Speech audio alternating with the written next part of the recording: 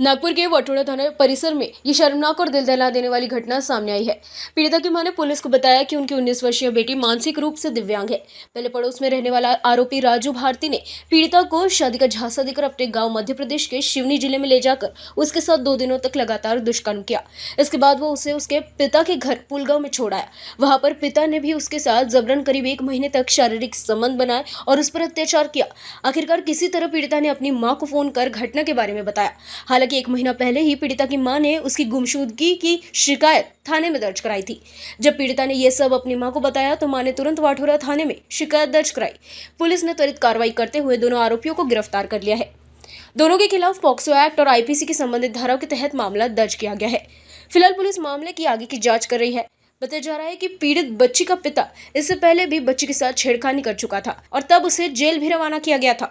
Gel से 1 महीना पहले ही वो छूटकर बाहर आया है। 13 मार्च रोजी ती मिसिंग झाल्याबाबतची तक्रार पोलीस स्टेशन वाठोडा येथे प्राप्त झाली होती। मुलीकडे मोबाईल नव्हता आणि इतर काही एक्स्ट्रा माहिती मिळाली नाही, परंतु त्यानंतर काही दिवसांनी आपल्याला मुलीच्या आईकडून माहिती मिळाली की तिचे जे वडील आहेत त्यांच्या विरोधात या मुली संदर्भात पोक्सोचा गुन्हा पुलगाव पोलीस स्टेशनला दाखल आहे।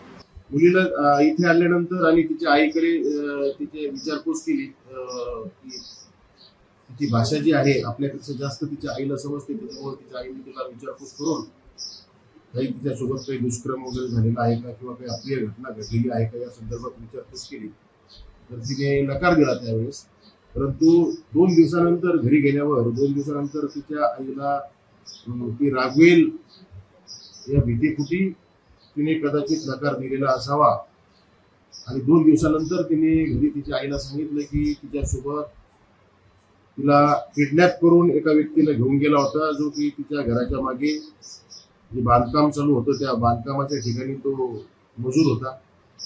त्या व्यक्तीने त्याचं नाव राजू भारती, त्या व्यक्तीने या मुलीला किडनॅप करून घेऊन गेला आणि तो एमपी मध्ये त्याच्या गावी तिकडे गेला आणि त्या ठिकाणी तो 1 दिवस थांबला आणि दुसऱ्या दिवशी परत तो इकडे नागपूरकडे येऊन त्याने या मुलीला पुलगावला त्याच्या वडिलांकडे नेऊन सोडलं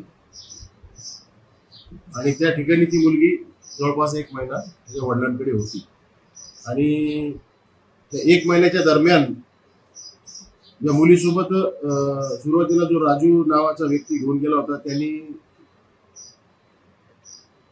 इथे सुद्धा आणि तिकडे एमपीला जिथे तो घेऊन गेला होता त्या ठिकाणी सुद्धा तिथे त्यांनी दुष्कर्म केल्याबद्दल माहिती प्राप्त झालेली आहे। अशा प्रकारची तक्रार आहे आणि त्या आरोपीने कबुली सुद्धा दिलेली आहे। आरोपीला त्या अटक करण्यात आलेली आहे। त्यानंतर त्या आरोपीने जेव्हा पुलगावला त्या मुलीला नेऊन सोडलं तर त्या ठिकाणी 1 महिना जे तिथे ती राहिली त्या दरम्यान तिथे त्याचा जो वडील आहे त्या वडिलांनी सुद्धा तिच्यासोबत दुष्कर्म केल्याबद्दल तिच्यावर अत्याचार केल्याबद्दलची तक्रार आपल्याकडे प्राप्त झालेली आहे। त्या संदर्भात तपास सुरू आहे। सदर आरोपीला ताब्यात घेण्याबाबत आदेश दिले, त्या दृष्टीने आम्ही ताबडतोब त्याला पुलगाव येथे शोध घेऊन त्याला आणलेला आहे आणि अटक केलेला आहे। दोन्ही आरोपी अटक आहेत।